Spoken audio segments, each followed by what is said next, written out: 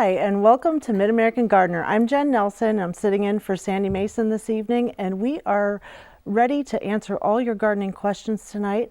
Unfortunately, our phones are not working, so we're going to take voicemails if you had a burning question at 217-300-8224. And we'll use this time to catch up on some emails that we've had. So our panel tonight, we're going to start with Chuck.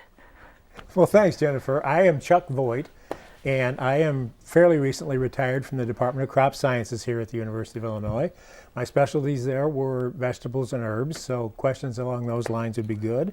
I'm going to try to channel Phil Nixon tonight and answer an insect question. So, first I want to talk about sweet potatoes, which I've talked about on the show before, but we're right in the season to get them started so that you have the slips when the weather gets nice and warm, because they're very tropical. They really resent being out when it's chilly at all. So depending on where you are in mid-America, you could probably get this process started sometime in April or into the middle of May area. It also makes a difference. Some of the sweet potatoes that we deal with stay dormant quite well, and they don't get sprouts going very well. So if I could ever remember to do it, I would put them in a more humid environment and try to induce them to sprout a little further. But also what I do is I hang on to the ones from last year. And so this looks kind of rough, if you use this, usually they'll wake right up and you'll have slips within 10 days or 2 weeks, where this thing, you may be a month or more from, if you start from one like this, it's not even showing the start of a thing like this. The way I do it is in something like this. It's fairly deep. I put them down in here. You do need to have drainage holes, because if it holds water, they're gonna get wet. They're gonna rot. So you don't want that. You want to keep them a little bit on the dry side, actually, if you can. Cover them up with something that's real porous. Long time ago, I think they used coarse sand. That's pretty heavy. Half and half peat and perlite works pretty well. That's what I did when I was in the greenhouses at the U of I. Since I'm not there anymore, I've been buying like some of the potting mix from the local farm store or whatever, and just cover that up. So there's several inches, and then the slips come up. You just pull them loose, and they're already rooted and ready to go plant. Commercially, sometimes they say that there's a chance of getting something from the mother root that way. So if you're having problems with that way of doing it, you can just cut them off just above the soil line, and they will reroot really quickly. In any event, when you plant them outside, they're going to wilt, and they're going to pout, and they're going to tell you how much misery you're having. Then within a day or two, they're going to be standing back up and growing like weeds. So they're really very resilient. I've gotten plant material from Louisiana State, where they do a lot of breeding work, and they just send unrooted cuttings. If they're in the mail for 2 or 3 days, they're already shooting out roots. Okay.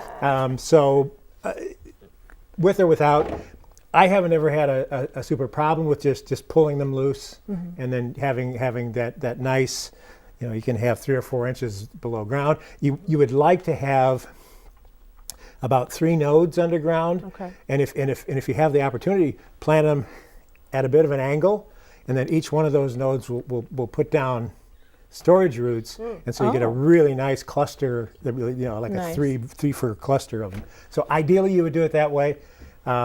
Almost any way you do it, they tend to do pretty well. But hot season, unless you're really far south in mid-America, Memorial Day is usually kind of a target date. Okay. So are the potatoes that you started from, are those from your garden from last year, yes. or are those grocery store potatoes? No, they're not grocery store potatoes. Okay. Grocery store potatoes, whether they're Irish potatoes or sweet potatoes, may have been hit with a growth retardant. So so they won't. So so they'll stay like this pretty much until they die. Okay. So yes, you can order slips, or you can find them at garden centers. If you're just in a home garden and you're only going to grow 10 or 12 sweet potato plants, that's fine. They're not that expensive. Right. But if you get a variety that you're really into, and you want to like supply everybody for your Thanksgiving feast or something, then you can start your own, and that's kind of fun too. Great, good information. And if you ever wondered where sweet potatoes come from, there you go. From Chuck. From Chuck. Can you? I have a question. Actually. Okay. When you do sweet potatoes, can you cut them up like you can do seed potatoes?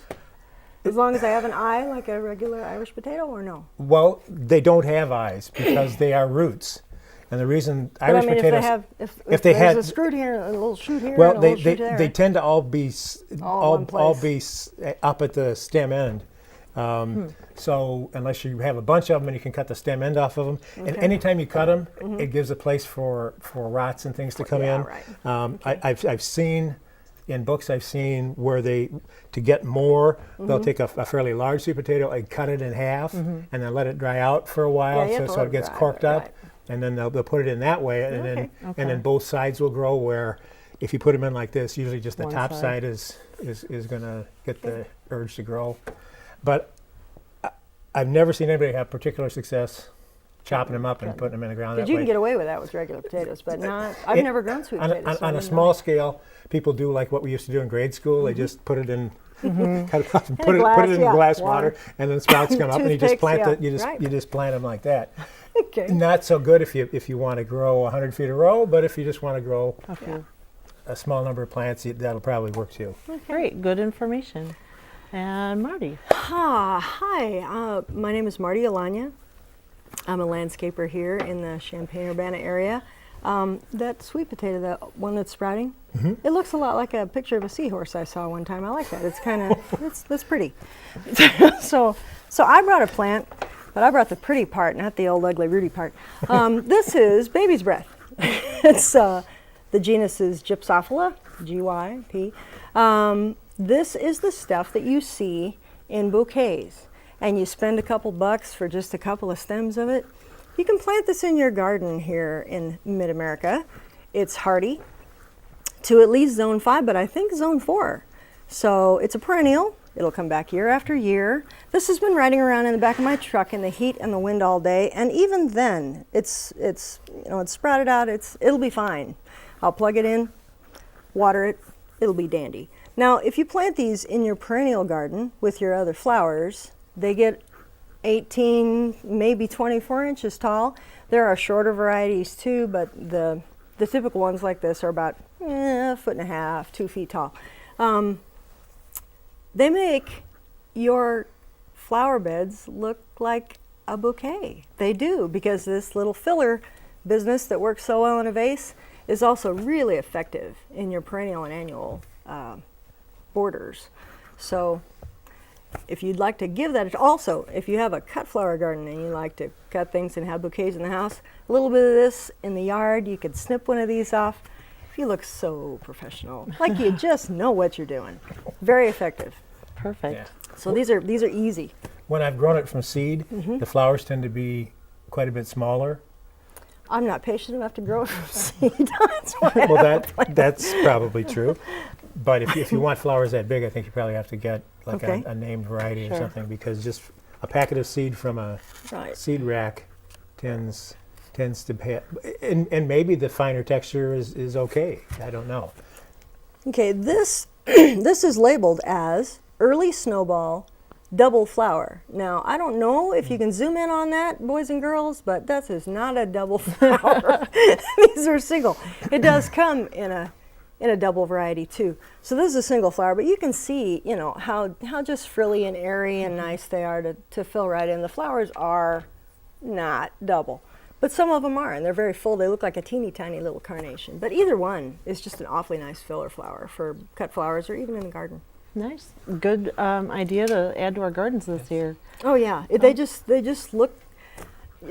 take up all that little extra space, and they're Just all like in a right. container, you want Yes, some they do. filler. Yeah, so they're you need it in wonderful. the garden too. And you could do them in a container, even if you just wanted to do it for summer for an annual. Great. It's very nice. Thanks. Next we have Mark. Hello, my name is Mark Kemp. I am a landscape architect. I will be answering some emails and questions from viewers regarding trees, shrubs, perennials generally. those landscape questions. This one is an email sent in. They needed some help. They had an old lilac bush in their yard. 3 years ago, they trimmed it back severely, rejuvenation type pruning.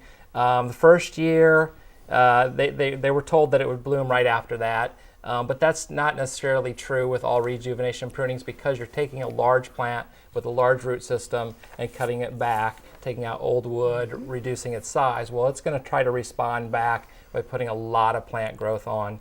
So it's not going to necessarily be concentrating on flower production. So it's year 2, they have spotty results with it leafing out. Well, that's good because you got a healthy plant. So basically be patient. Year 2 and 3, it should get back to normal.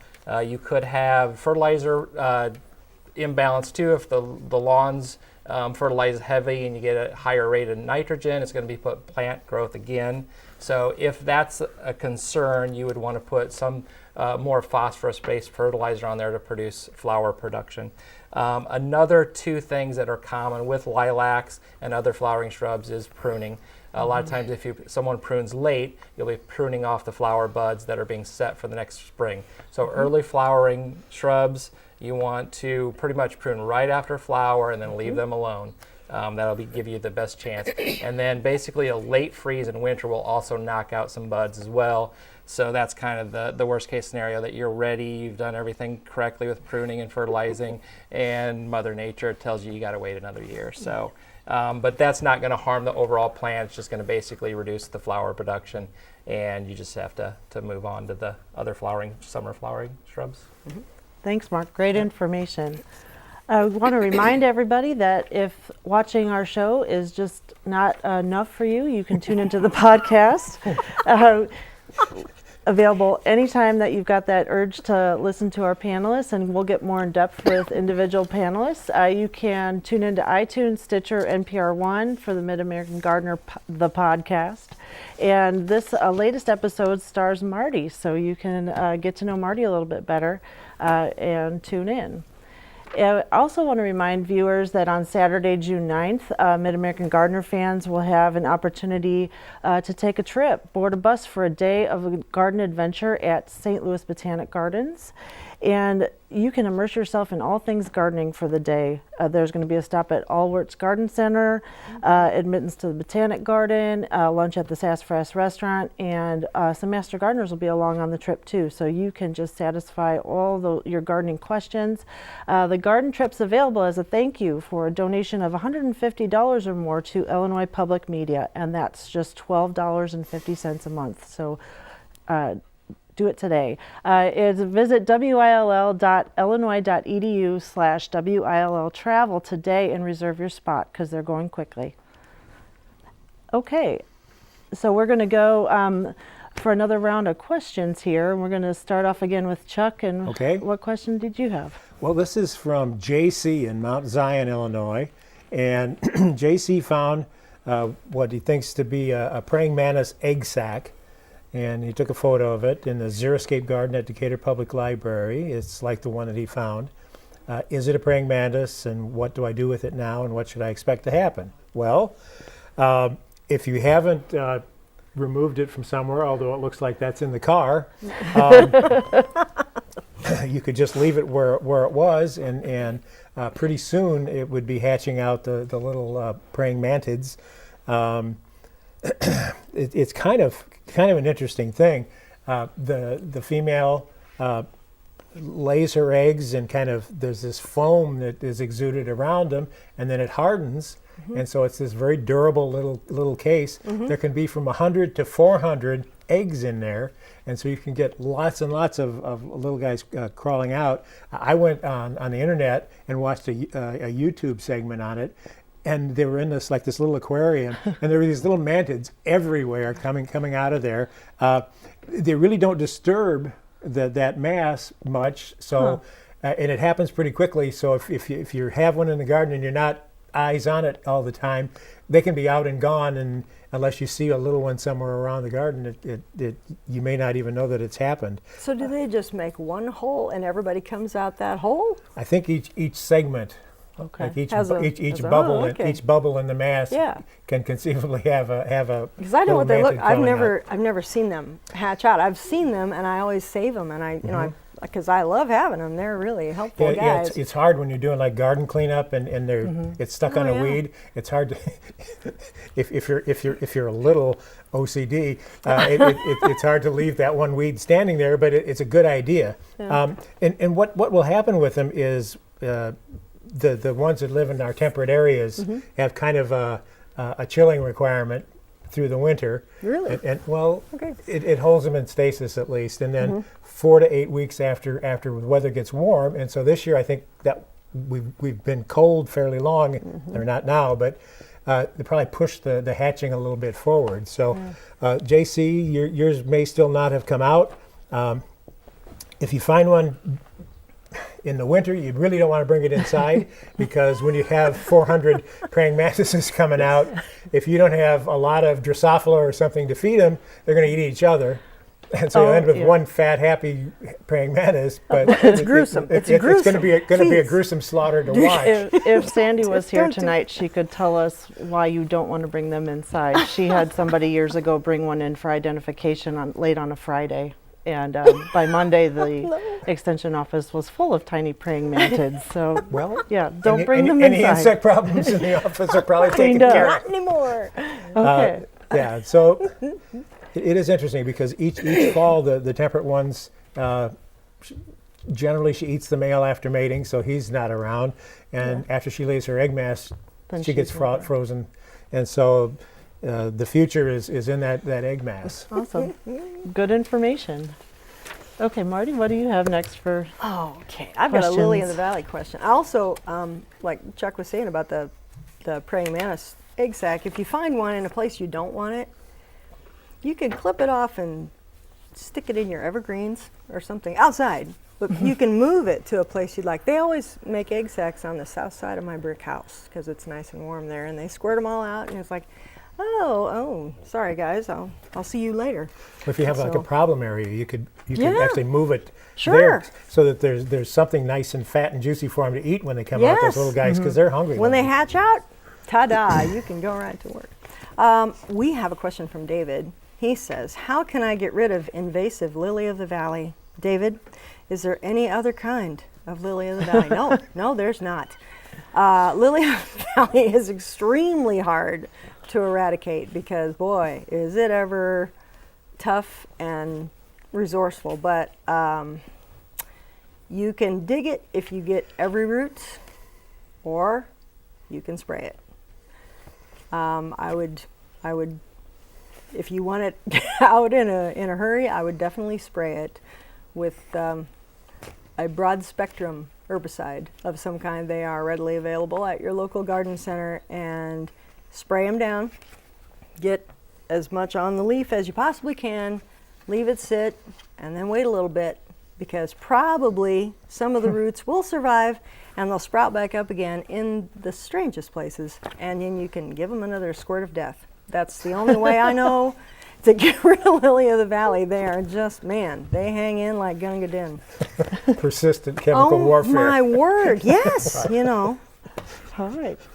Well, that explains why my grandma called them lilies of the alley. That's right. She did not That's like them right. one bit. I like her style. I do. We were talking before the show. My grandma had a place about the size of this table that was surrounded by 5 or 6 feet of concrete. It was a little planting bed up by the house. It was full of lily of the valley, and I mean full of lily of the valley. And they were scratching and clawing to get out, but they couldn't go anywhere.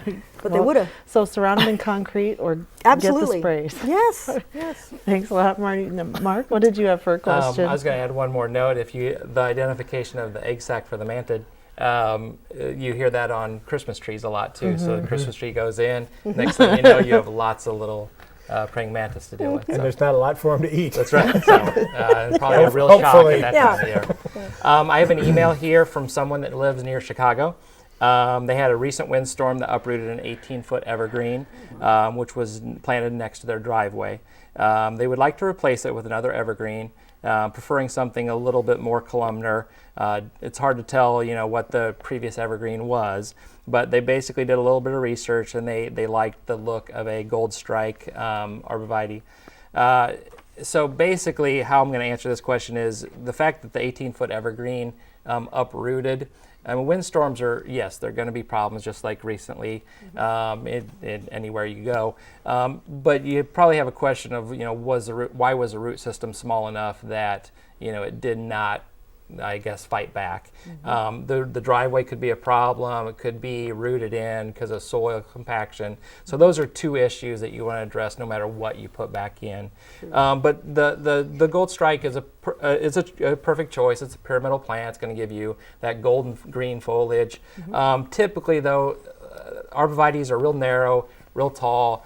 Putting one by themselves is not going to be that attractive. It's going to look left alone. So you probably want to put a grouping of 3 to 5, small bed around it, put some smaller shrubs or perennials just to kind of give you that multi-season interest and appeal. And that may actually have a healthier root system for the whole bed itself.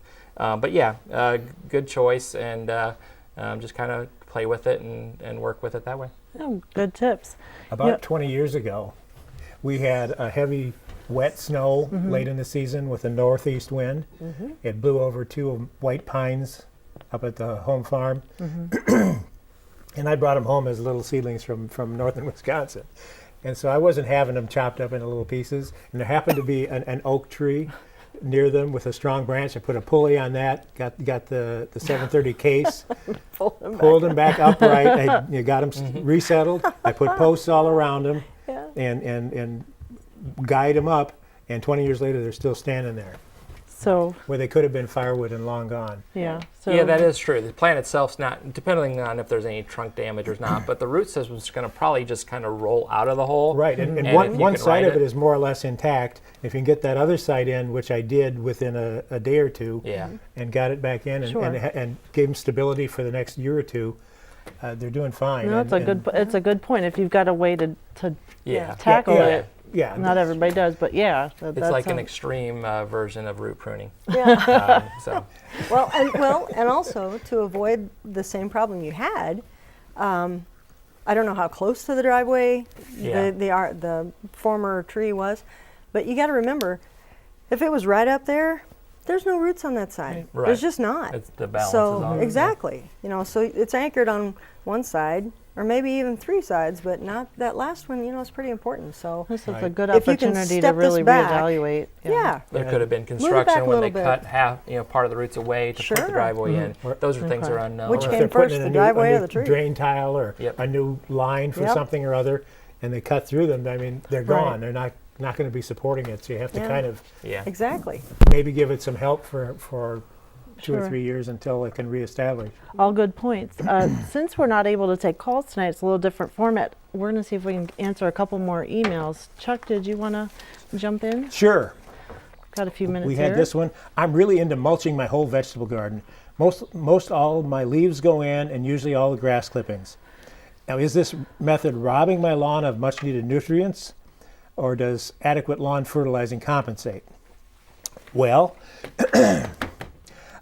my friend Tom Voigt likes to say that if the grass clippings don't get in the way of what you're doing on the lawn, they'll go back in. They get recycled. It feeds the earthworms. It cuts down slightly the amount of fertilizing you need to do, and it keeps the organic matter of the soil going well. Obviously, on a golf course, they take them away because they interfere with play. In your yard, one of the people here at the station doesn't like to get them between her toes. So in that situation, I guess you can pick them up. Generally speaking, if you're following the 1/3 rule and mowing no more than 1/3 off, the amount of clippings that you leave will settle down right pretty down. quickly. Within a day or so, they'll be out of sight, and you just recycle them there. Same way sometimes with leaves. Obviously sometimes if you have a maple tree or something that drops lots and lots and lots of leaves and they all get blown into one pile, they'll kill what's under them. But generally speaking, on an open lawn, if there's a fairly even carpet of leaves, you can chop those up and they'll recycle and right in place. using them on the vegetable garden, that's fine too. Grass clippings, you have to worry a little bit because cutworm larvae can be moved with the grass clippings to where you take them, and so you can be planting cutworm larvae in your vegetable patch, which is not such a good thing. But Good tips. take them to the So compost so pile you gotta and then move first Yeah. gotta decide the risk benefit for your yard. Indeed. And that's about all we've got time for tonight. This went fast. Oh, I'm sorry. We talked too much.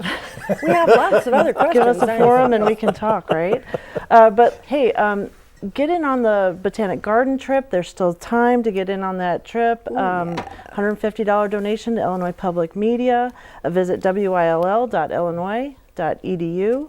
/WILL travel today, and immerse yourself in the gardening experience with master gardeners and a botanic garden and food and shopping. That's like the trifecta of garden fun. And 3 hours down and back. I mean, Hey, great. you can get lots of questions answered in Nick that Allward time. is an artist. He's an old friend of mine that back when dried flowers were big, he did some beautiful stuff with those. Great. So thank you all for tuning in tonight, and also call the voicemail 217-300-8224. Leave us a message, and we'll get back to you, include on a future show. So thanks a lot for tuning in.